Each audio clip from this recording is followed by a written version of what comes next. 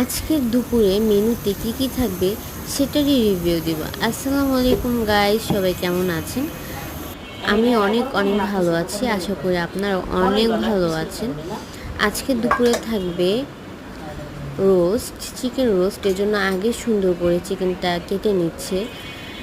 সাথে রয়েছে ইলিশ ভুনা, গরুর মাংস আর পোলাও। এর জন্য আগে ইলিশ মাছটা ভিজিয়ে রাখছে।